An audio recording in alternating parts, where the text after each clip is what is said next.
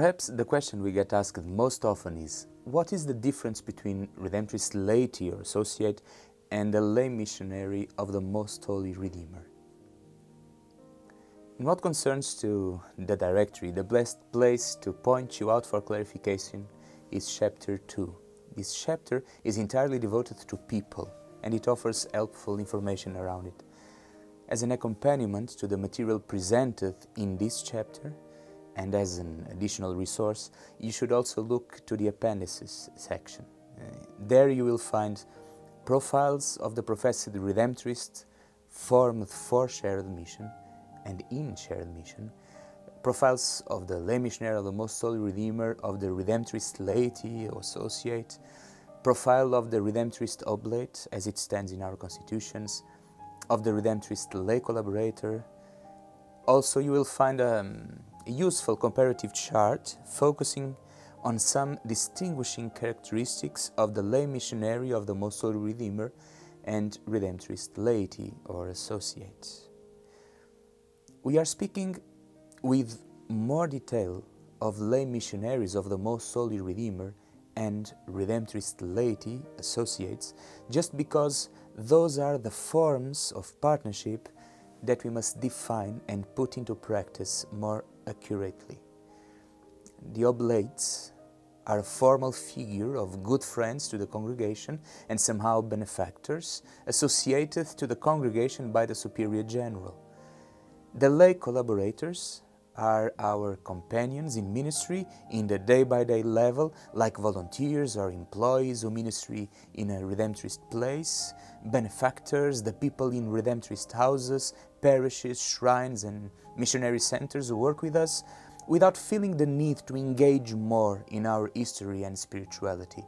They work and sometimes even minister with the Redemptorists without feeling themselves as members of the Redemptorist family, nor wishing it.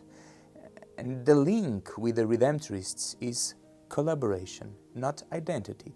And we are grateful for so many of these generous and inspired collaborators all over the Redemptorist world.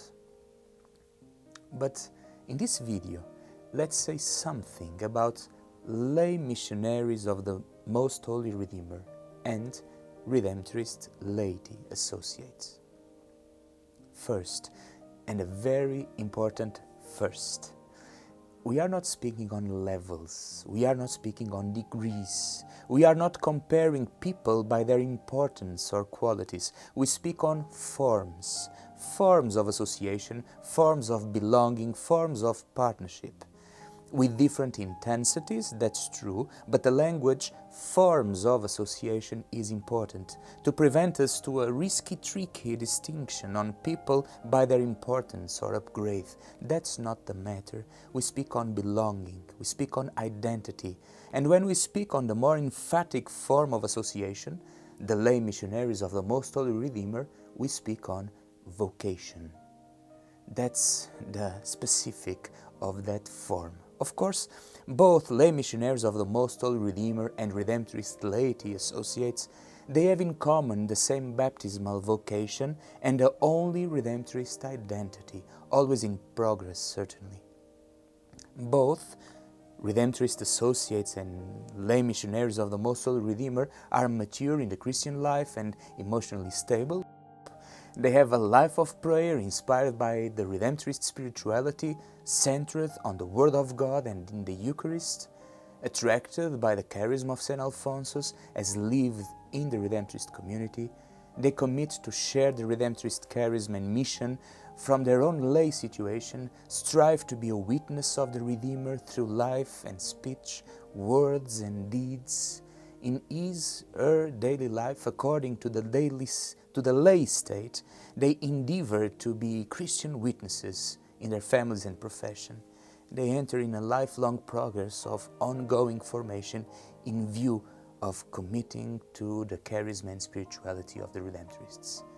The qualities that named here would be qualities and attributes that are shared by all members of the Redemptorist family. We would hope that at least these qualities are also the ones of the professed and ordained Redemptorists as well, of course. Now, what are the specific or distinctive between Redemptorist associates or Redemptorist laity and lay missionaries of the Most Holy Redeemer?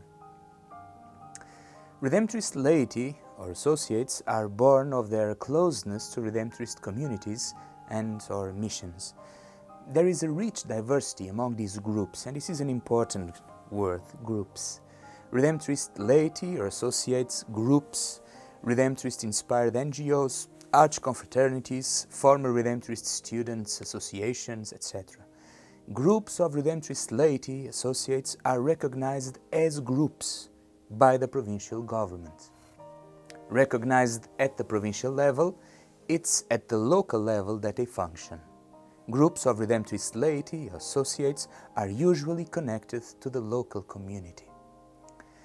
All groups of Redemptorist laity and associates should have an annual formation program that is common throughout the whole unit, although there are of course differences in the way each group organizes and puts the common program into practice.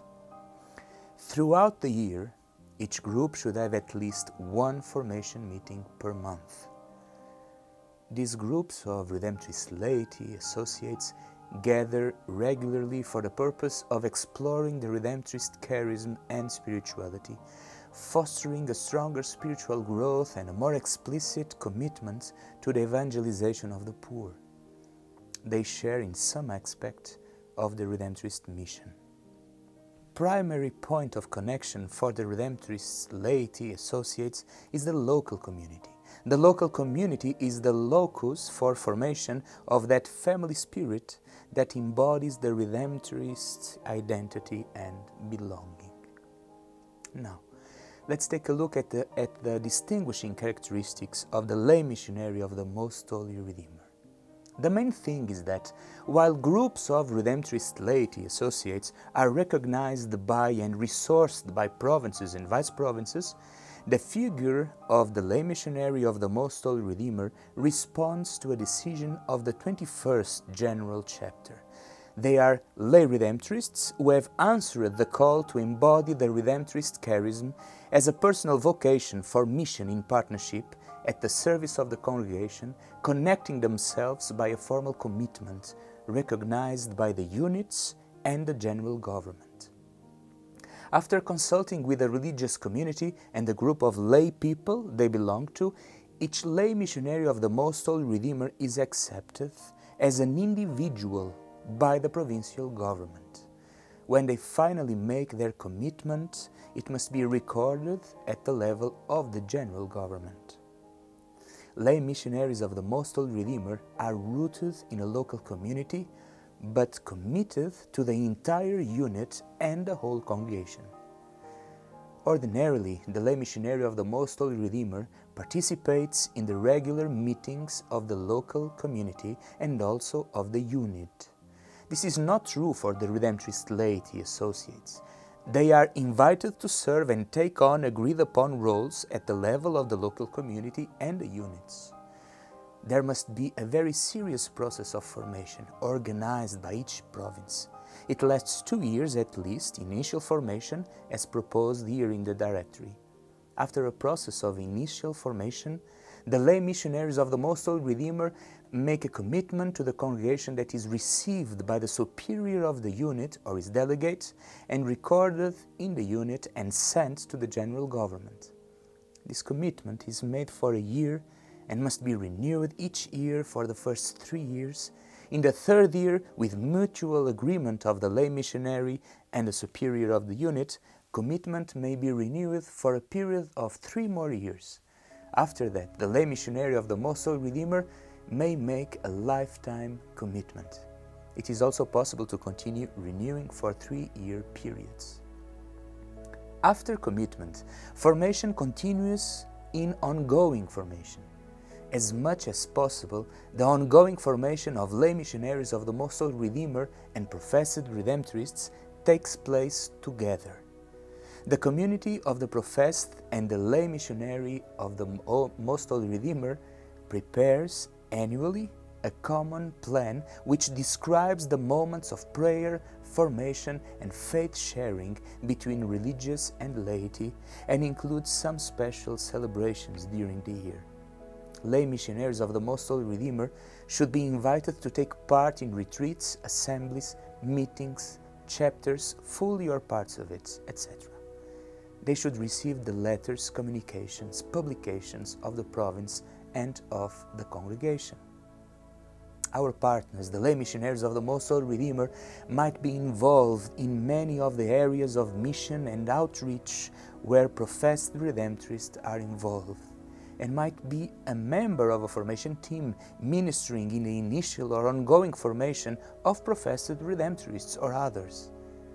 Lay missionaries of the Most Holy Redeemer are connected to and fulfill a role at the level of the unit and beyond, in partnership, in mission, for mission.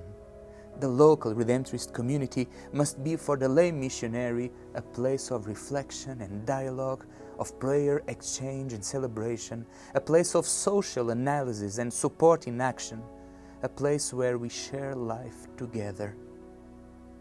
Of course, we don't forget that the lay missionary is a layperson and should be it totally. The Redemptorist community must recognize and support this and respect the role of the lay missionary of the Most Holy Redeemer as daughter or son, father or mother, wife or husband. It is as someone living a secular way of commitment that the lay missionary finds her or his place in the Redemptorist family. As we must repeatedly underline, the Redemptorist family is enriched by the diversity of its members. The mission becomes more fruitful when we all recognize and assume and incorporate the variety of vocations and gifts that the Spirit springs out from our charism. Let us see each other in the next video.